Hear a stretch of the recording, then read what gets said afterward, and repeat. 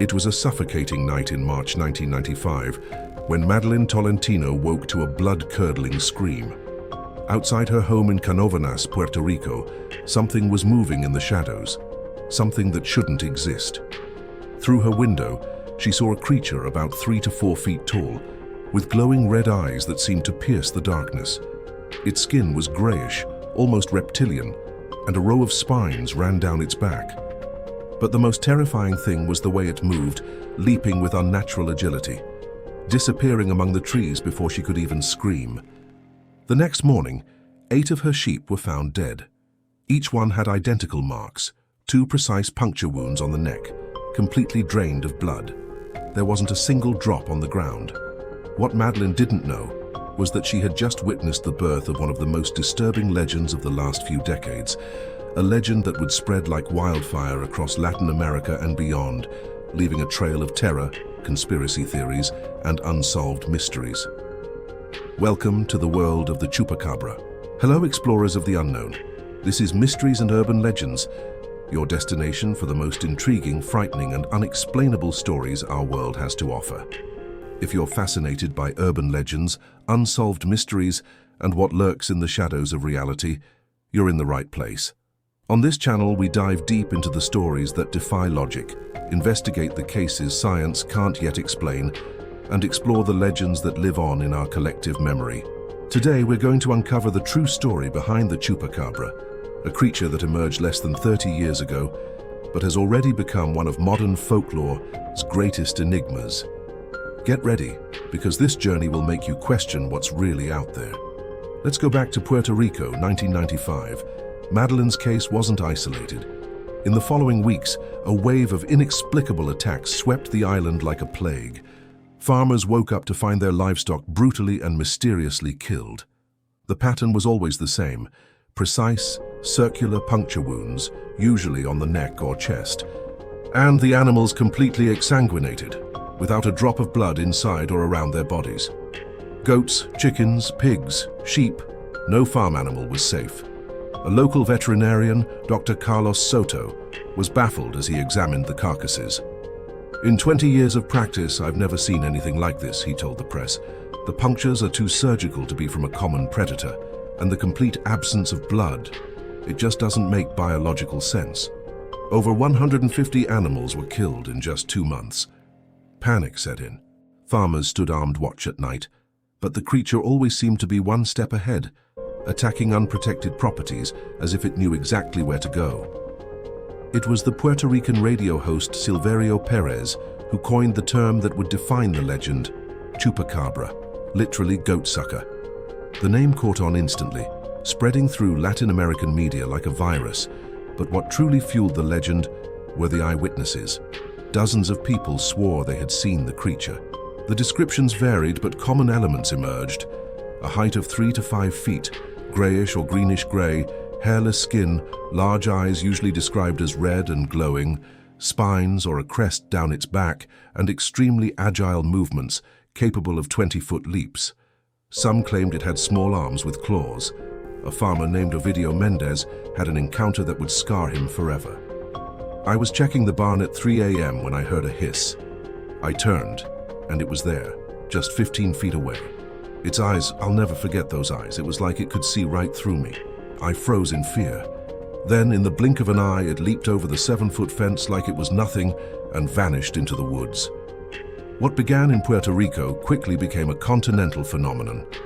In 1996, reports started surfacing in Mexico, then the Dominican Republic, Brazil, Chile, Argentina, the United States. Each region added its own twist to the legend. In Mexico, some said it had bat-like wings. In Brazil, farmers in the countryside claimed it left strange tracks with only 3 clawed toes. In the US, especially Texas, mysterious animal carcasses began to appear, hairless, gray-skinned, dog-like creatures that some identified as the Chupacabra itself. Are you enjoying this journey into the unknown? Then don't miss the rest of this story and the many others to come. Subscribe to the channel and hit that notification bell so you never miss a mystery, a legend, or an unexplainable case. Every week, we bring you stories that will make you question reality. And please, Leave a like if you're enjoying this investigation into the Chupacabra. Your support motivates us to keep exploring our world's greatest enigmas. And now let's get to what everyone wants to know. What really is the Chupacabra? Fiction, reality, or something in between? Like any good legend, the Chupacabra attracted a flood of conspiracy theories. The most popular? That the creature was the result of secret genetic experiments conducted by governments. This theory gained traction when researchers pointed out that Puerto Rico hosts several US military installations and research labs. Some conspiracists claimed the Chupacabra was a bioengineered experiment that escaped. Perhaps a hybrid created for biological warfare that went terribly wrong. Others went even further. Could it be an alien creature? Witnesses reported seeing strange lights in the sky on the same nights as the attacks. One woman in Caguas swore she saw a Chupacabra being sucked up by a bright beam of light.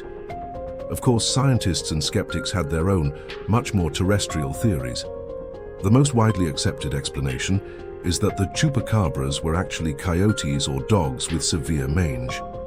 Sarcoptic mange is a skin disease caused by mites that makes an animal lose all its fur, develop thick grayish skin, and take on a cadaverous, alien-like appearance.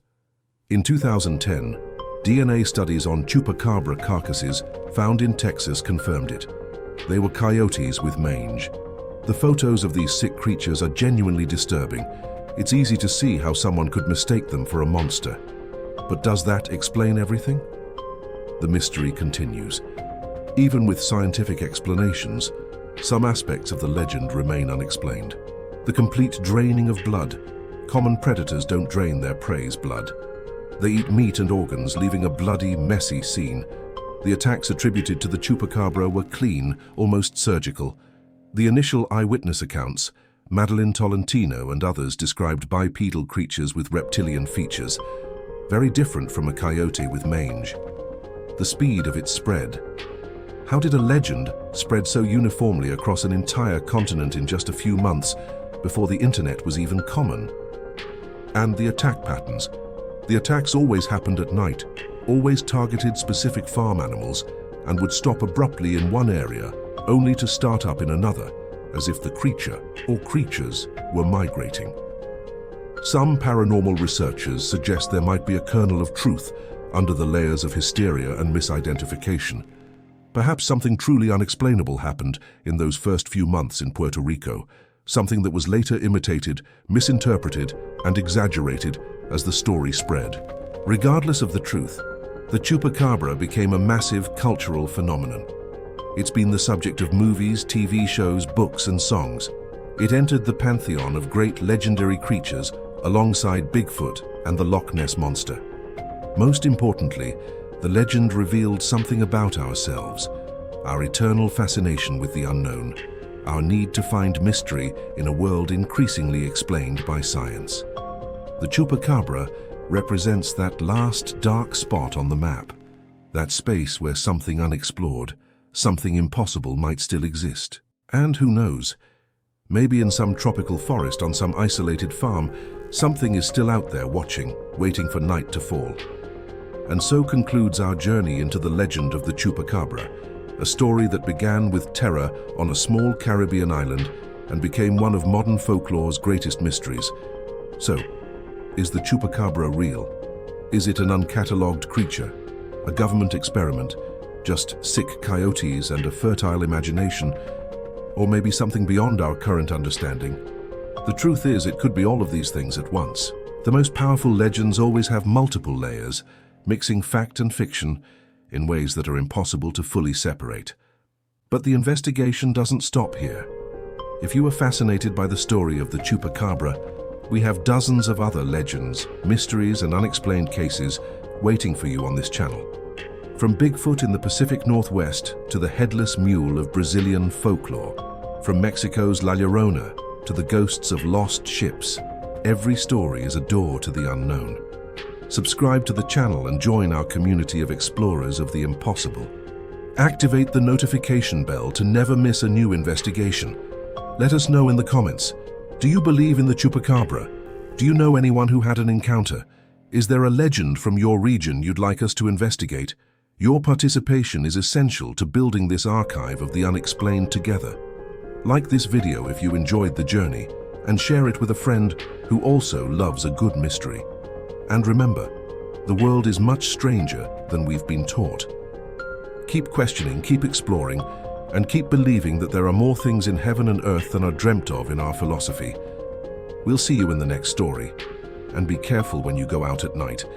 You never know what's watching from the shadows. Mysteries and urban legends, exploring the unexplained one legend at a time.